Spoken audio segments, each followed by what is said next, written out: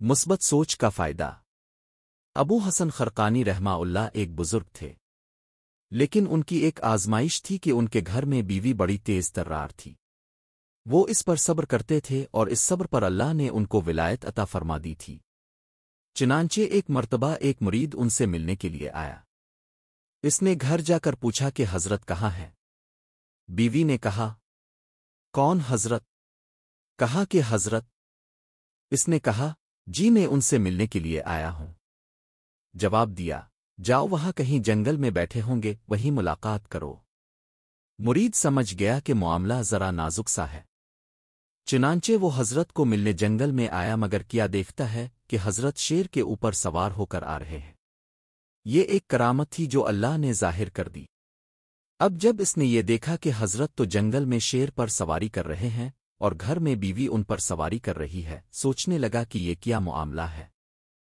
جب حضرت ان کو ملے تو حضرت نے بھی ان کو پہچان لیا اور فرمایا، دیکھو، میں گھر میں بیوی کی اس تکلیف کا بوجھ اٹھاتا ہوں، اللہ تعالیٰ اس شیر کو میرا بوجھ اٹھانے پر لگا دیتے ہیں۔ تو جب یہ بات بتائی تو وہ مرید تو رخصت ہوا، لیکن جب حضرت گھر کو آنے لگے تو دعا مانگی، اے اللہ، یہ عورت بہت ہی زیادہ تیز ترار ہے، اے اللہ کوئی ایسا معاملہ ہو کہ یہ عقیدت والی بن جائے تاکہ دین کے کام میں رکاوٹ نہ رہے۔ چنانچہ اللہ تعالیٰ نے ان کو ایک کرامت بخشی کہ وہ ہوا میں اڑنے لگ گئے اور اڑتے اڑتے اپنے گھر کے اوپر سے گزرے۔ جب واپس گھر آئے تو گھر میں داخل ہوتے ہیں بیوی نے استقبال کیا، بڑے بزرگ بنے پھرتے ہو اور بڑے ولی بنے پھرتے ہو۔ ولی تو وہ تھا جسے میں نے آج ہوا میں اڑتے ہوئے دیکھا۔